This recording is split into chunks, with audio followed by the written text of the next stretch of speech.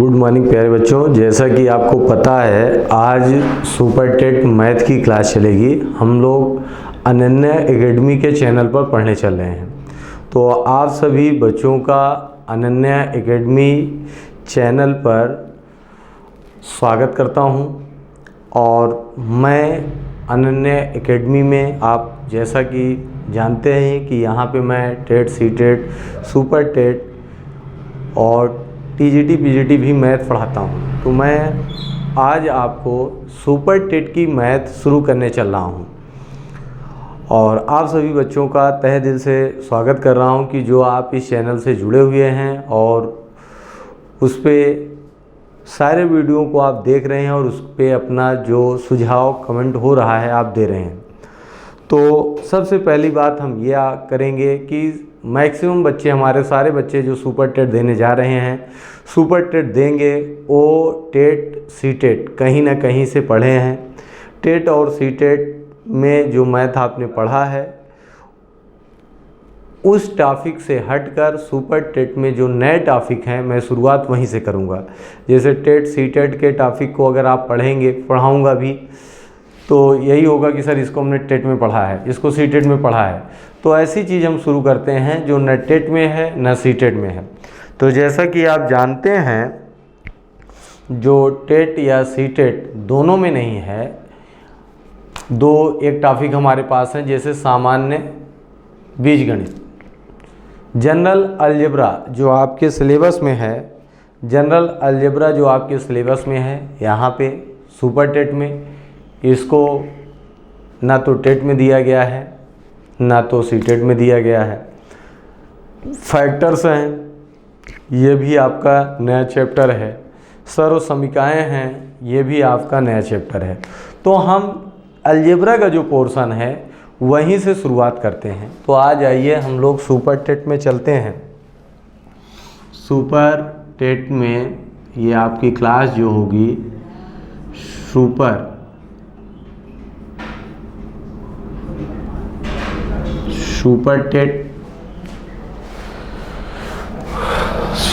TET में हम लोग आज पढ़ने चल रहे हैं अलजेब्रा।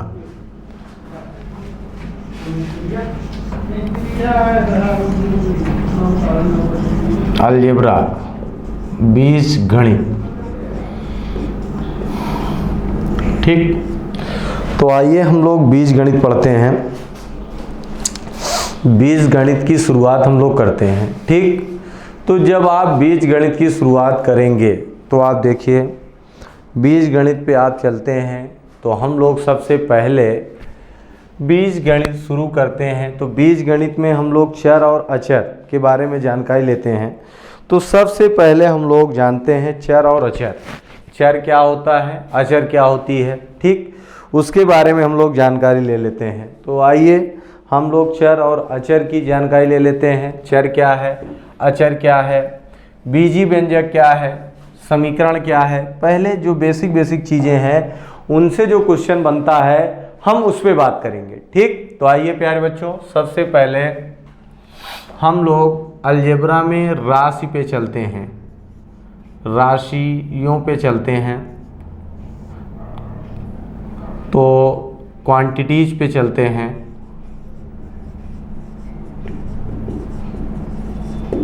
क्वांटिटीज़ पे हम आते हैं। तो क्वांटिटीज़ पे अगर आप आए तो यहाँ पे सबसे पहले आप देखेंगे तो राशियाँ दो प्रकार की होती हैं। एक चर राशि होती है, चर राशि जिसे हम लोग बोलते हैं वेरिएबल। दूसरा आपका होता है अचर राशि जिसे हम बोलते हैं कॉन्सोनेंट, जिसे हम लोग बोलते हैं कांस्टेंट, ठीक। ये आपके पास है चर राशि, वेरिएबल, अचर राशि, कांस्टेंट, ठीक। तो देखिए चर और अचर राशियां हो गई। तो चर राशि आप किसे कहते हैं, ऐसी राशियां, चर राशियों में अगर आप चलते हैं, ऐसी राशियां जिनका मान बदलता रहता है। चर राशियां ऐसी राशियां जिनका मान जिनका मान हमेशा बदलता रहता है, जिनका मान हमेशा बदलता रहता है उसे हम लोग बोलते हैं चर राशि। जैसे आपने ले लिया, चर राशि का मतलब ये होता है ऐसी राशियाँ जिनका मान हमेशा बदलता रहता है, जैसे x, y, z, p, q, r, s dot dot, का, खा, गाट डॉट डॉट, ये सभी आपकी होती हैं चर राशियाँ। जैसे अगर आप लेते हैं, मान लीजिए हमारे पास x+2 कोई इक्वेशन है, तो यहाँ पे x की वैल्यू क्या होगी -2। यहीं पे अगर आपने ले लिया x - 3 = 0, तो x = आपकी हो गई 3। तो यानी ऐसी राशियाँ जिनका मान हमेशा बदलता रहता है उसे हम क्या बोलते हैं, चर राशि। ठीक। अचर राशि क्या होता है, कांस्टेंट क्या होता है, ऐसी राशियाँ जिनका मान पहले से पूर्व से निर्धारित होता है, ऐसी राशियाँ जिनका मान पहले से ज्ञात होता है, जिसका मान पहले से पता होता है, उसे हम लोग अचर राशि कहते हैं। जैसे 2, 5, 7, 8, 9, 10 इत्यादि, इन सब को देखिए तो ये क्या है, अचर राशि, और ये क्या है, चर राशि। जितनी कहने का मतलब ये है, अगर आप वैसे देखिए, जनरली आप देखते हैं तो जितनी गिनतियां होती हैं वो अचर होती हैं, और जितने अक्षर लेटर होते हैं वो चर होते हैं। ठीक, ये इतना समझ में आ गया। अब देखिए, अब इनका यूज हमें क्या करना है।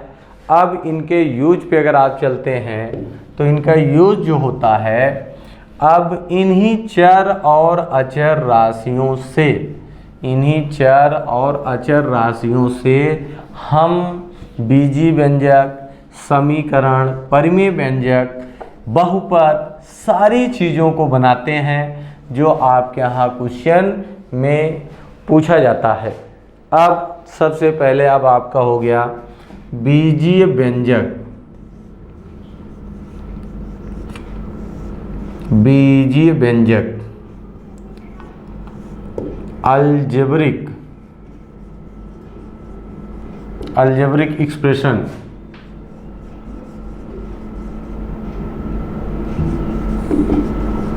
बीजीय व्यंजक, अलजेब्रिक एक्सप्रेशन। तो अलजेब्रिक एक्सप्रेशन क्या होता है, बीजीय व्यंजक होता क्या है। तो बीजीय व्यंजक का मतलब ये होता है कि जब चर और अचर राशियों को गणितीय रूप में लिख दिया जाता है, जब चर और अचर राशियों को गणितीय रूप में लिख दिया जाता है तो उसे बीजीय व्यंजक कहते हैं। जैसे 2x + 3, ये क्या है, एक बीजीय व्यंजक। 5x² - 9, ये क्या है, बीजीय व्यंजक। 6x³ - 4, ये क्या है, बीजीय व्यंजक। यानी जब चर और अचर राशियों को गणितीय रूप में लिख दिया जाता है तो उसे हम बोलते हैं बीजीय व्यंजक। ठीक, समझ में आया भैया। गणितीय रूप का मतलब प्लस के साथ मल्टीप्लाई, यानी जो गणितीय सिंबल हैं, जब चर और अचर राशियों को हम गणितीय रूप में लिख देते हैं तो उसे हम लोग बोलते हैं बीजीय व्यंजक। ये आपका हो गया बीजीय व्यंजक। ठीक, अब बात करते हैं हम लोग, बीजीय व्यंजक आपका हो गया। जब बीजीय व्यंजक आपको मिल गया तो हम बात करते हैं अब किसकी, बीजीय व्यंजक से ही बनता है बहुपद, और इस बहुपद से आपको क्वेश्चन पूछा जाता है। बीजीय व्यंजक हो गया, अब आपका इन्हीं से बनता है बहुपद, पॉलिनोमियल।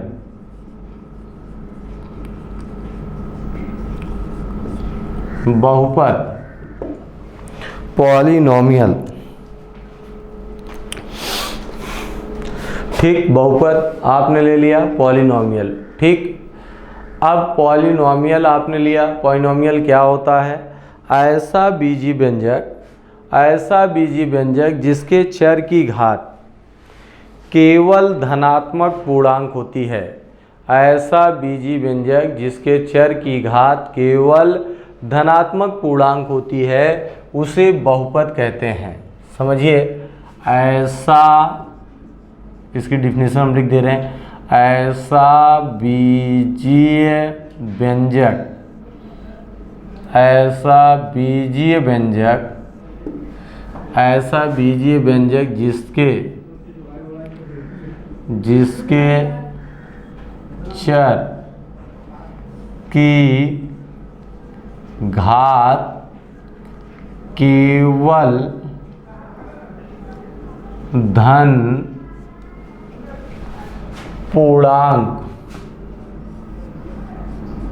पूर्णांक होती है उसे बहुपद कहते हैं, उसे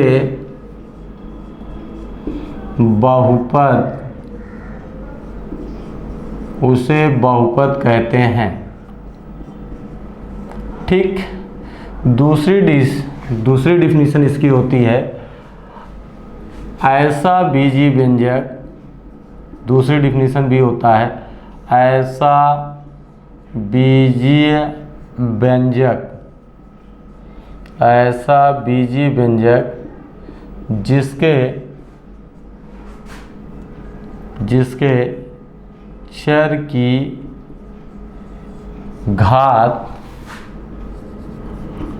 की घात शून्येतर पूर्णांक होती है।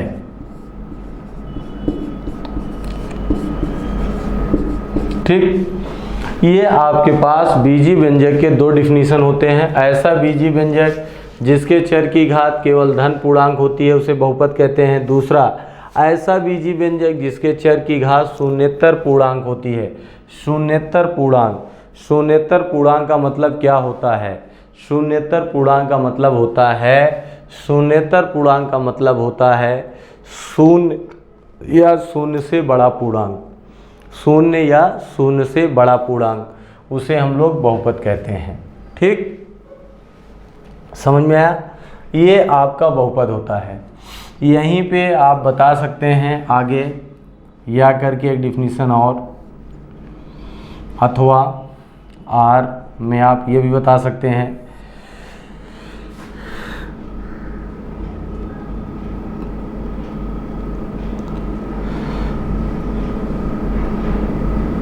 बहुपद,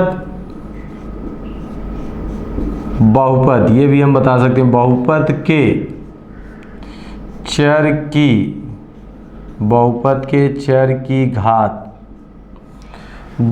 के चर की घात ना तो ऋण में होती है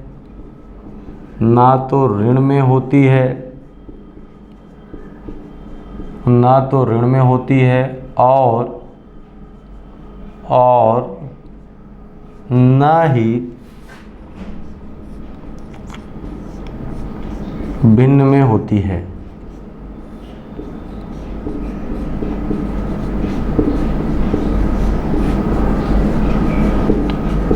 ठीक, ये भी डिफिनीशन आप तीसरी दे सकते हैं कि बहुपद के चर की घात ना तो ऋण में होती है और ना ही भिन्न में होती है।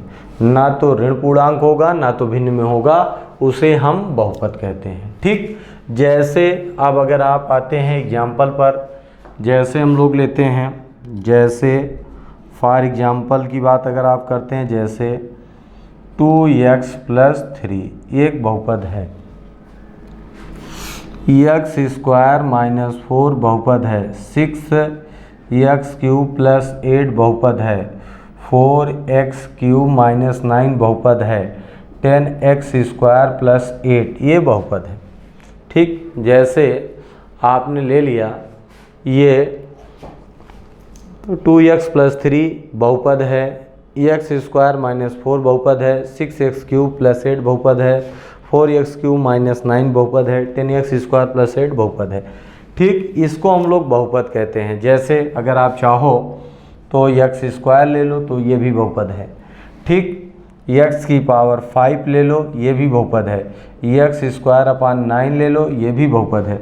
इसे हम क्या बोलते हैं? बहुपद। यानी ऐसा बीजी व्यंजक जिसके चर की घात ना तो ऋण में हो और ना तो भिन्न में हो, उसे हम क्या कहेंगे? बहुपद। ठीक, अब ये आपने बहुपद देख लिया। अब सबसे पहले इस पे क्वेश्चन आपसे पूछा जाता है कि कौन सा बहुपद है, निम्न में से कौन सा बहुपद होगा। इस तरीके से एक क्वेश्चन आपके यहाँ बन सकता है, पूछा जा सकता है। तो अगर अब हम लोग बात इसके करते हैं तो देखिए, अगर आप लेते हैं इस क्वेश्चन पे चलते हैं, तो जैसे आपने ले लिया पहला क्वेश्चन, निम्न में, क्वेश्चन नंबर फर्स्ट, निम्न में कौन सा बहुपद होगा।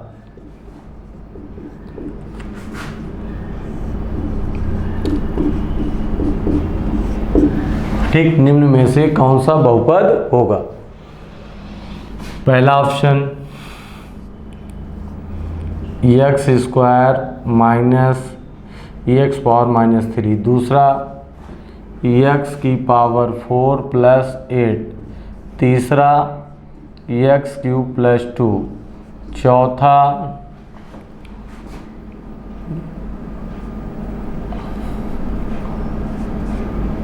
-1 कर लीजिए, चौथा x⁻³ + 8।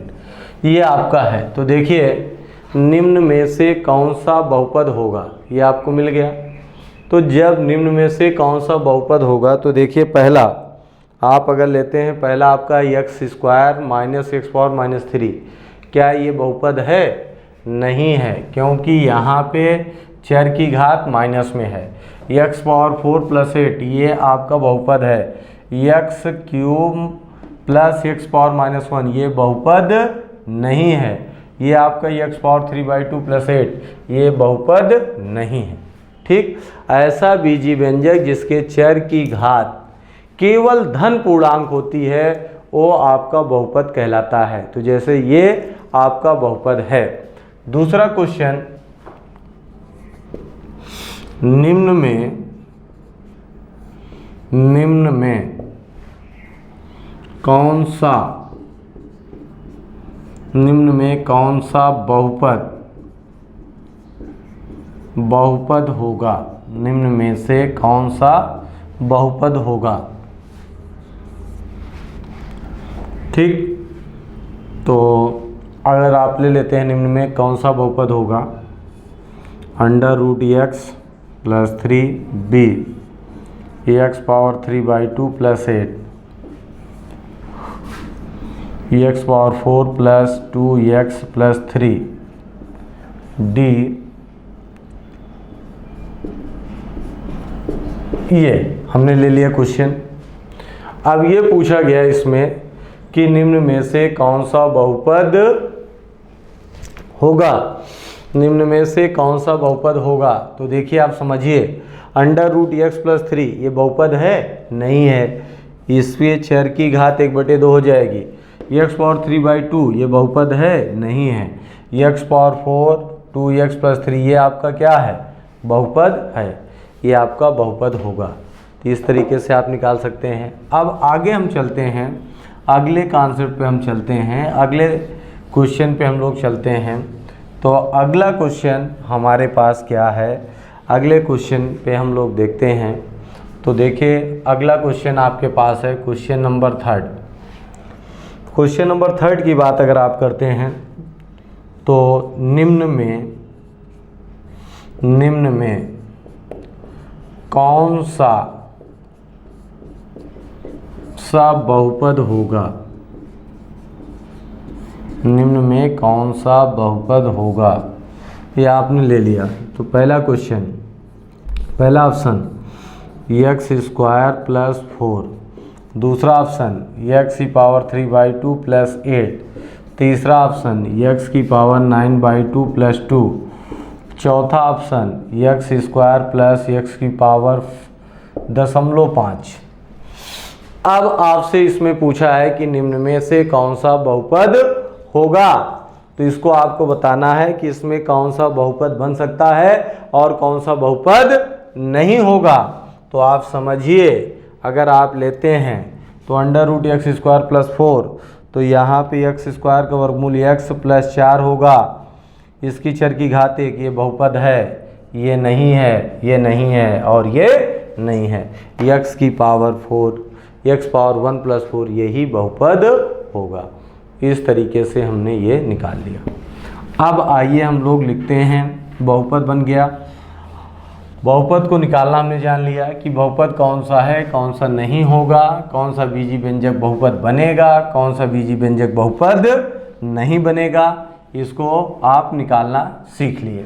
अब आइए हम लोग लेते हैं बहुपद की घात। बहुपद की घात,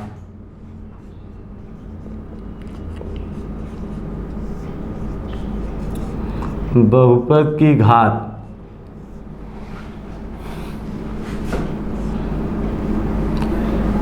बहुपद की घात पावर ऑफ पॉलिनोमियल,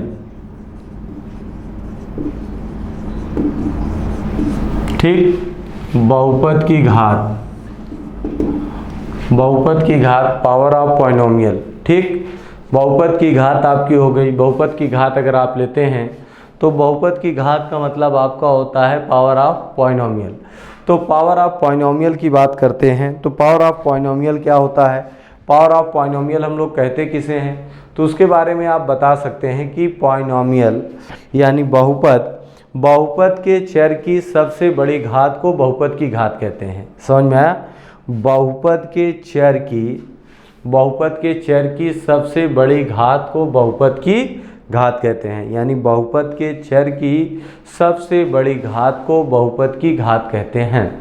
बहुपद के चर की सबसे बड़ी घात को बहुपद की घात कहते हैं। जैसे आपने ले लिया x³ + 2x⁻8 + 7x⁻13 + 2x⁻9 + 11, ये हमने ले लिया। ये हमारे पास एक बहुपद है, ये हमने एक बहुपद ले लिया। अब जब आपने इसको एक बहुपद ले लिया, तो जब ये आपने एक बहुपद ले लिया तो आपने जब एक बहुपद लिया तो इस बहुपद के चर की घात, ठीक। तो जैसे ही आपका एक बहुपद हो गया तो बहुपद के चर की घात को, सबसे बड़ी घात को ही बहुपद की घात कहते हैं। तो यहाँ पे सबसे बड़ी घात कितना है? 13। तो बहुपद की घात पावर ऑफ पॉलिनोमियल, बहुपद की घात क्या होगी? 13।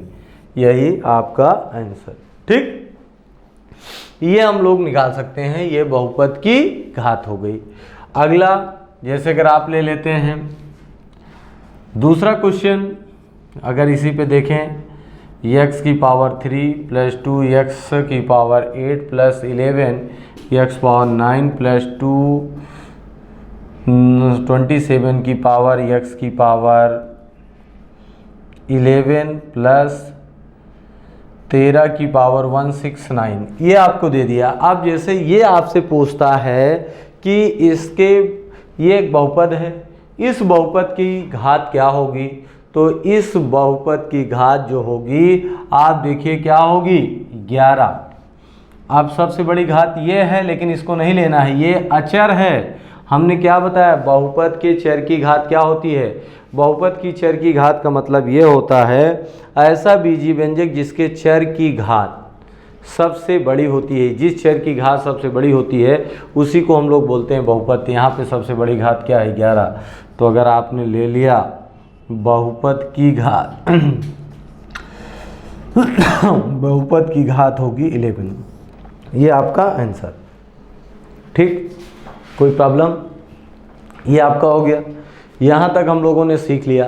अब आइए हम लोग चलते हैं मानक रूप, बहुपद का मानक रूप, स्टैंडर्ड फॉर्म ऑफ पॉलिनोमियल। बहुपद का मानक रूप, बहुपद का मानक रूप जिसे हम लोग बोलते हैं स्टैंडर्ड फॉर्म ऑफ पॉलिनोमियल। अगर हम लोग लेते हैं तो बहुपद का मानक रूप,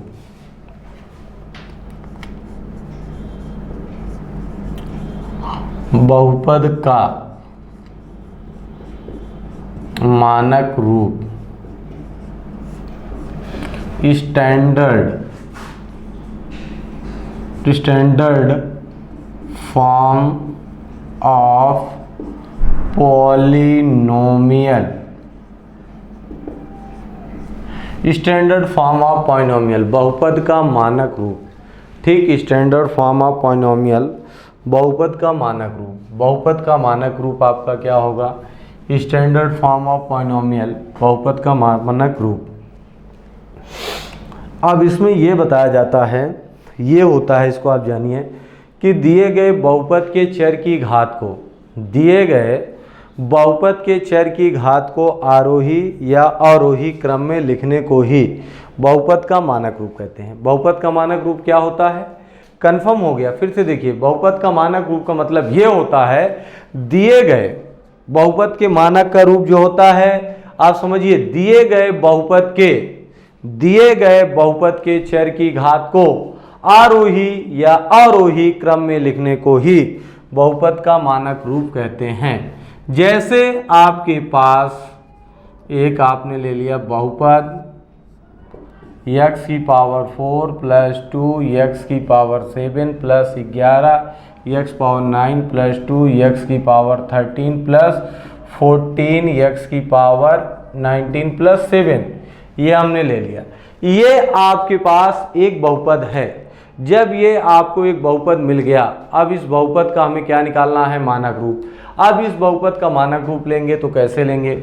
अब इसका अगर आप मानक रूप लेते हैं, बहुपद का मानक रूप, स्टैंडर्ड फॉर्म ऑफ पॉलिनोमियल, बहुपद का मानक रूप, तो जैसे हमने बहुपद का मानक रूप ले लिया, स्टैंडर्ड फॉर्म ऑफ पॉलिनोमियल ले लिया, तो स्टैंडर्ड फॉर्म ऑफ पॉलिनोमियल अगर आप लेते हैं तो बहुपद का मानक रूप अगर आप लेंगे तो पहले आप आरोही क्रम या अवरोही क्रम दोनों में हो सकता है, आरोही क्रम असेंडिंग ऑर्डर में लेते हैं। तो असेंडिंग ऑर्डर में आप लेंगे तो 7 प्लस x की पावर 4 प्लस 2x की पावर 7 प्लस 11 x की पावर 9 प्लस 2x की पावर 13 प्लस 14x पावर 19, ये आपका हो गया मानक रूप बहुपद का आरोही क्रम में। दूसरा हम लोग ले लेंगे, दूसरा आपका होगा अवरोही क्रम। अवरोही क्रम में अगर आप लेंगे तो अवरोही क्रम में अगर आप लेते हैं तो अवरोही क्रम में क्या होगा? 14x पावर 19 प्लस 2x की power 13 plus 11x power 9 plus 2x power 7 plus x power 4 plus 7। तो देखिए, ये आरोही क्रम में होता है, ये अवरोही क्रम में। आरोही क्रम का मतलब असेंडिंग ऑर्डर, अवरोही क्रम का मतलब होता है डिसेंडिंग ऑर्डर। तो बहुपद का मानक रूप हम लोग चर की घात के अवरोही क्रम या आरोही क्रम, अवरोही या आरोही क्रम में लिख सकते हैं। ये भी मानक रूप है, ये भी मानक रूप है। एग्जाम में ऑप्शन जो बनाएगा उसको हमें देखना होगा कि ये अवरोही क्रम में है कि ये आरोही क्रम में है। तो प्यारे बच्चों, आज हम लोगों ने यहाँ तक पढ़ लिया। कल यानी अगली क्लास में हम लोग जो है बहुपद के मानक रूप से संबंधित क्वेश्चन करेंगे, फिर टाइप्स ऑफ पॉलिनोमियल यानी बहुपद के प्रकार पढ़ेंगे। बाकी आगे की चीज़ें बहुपद से रिलेटेड हम लोग नेक्स्ट क्लास में पढ़ेंगे। आप लोगों का बहुत बहुत धन्यवाद।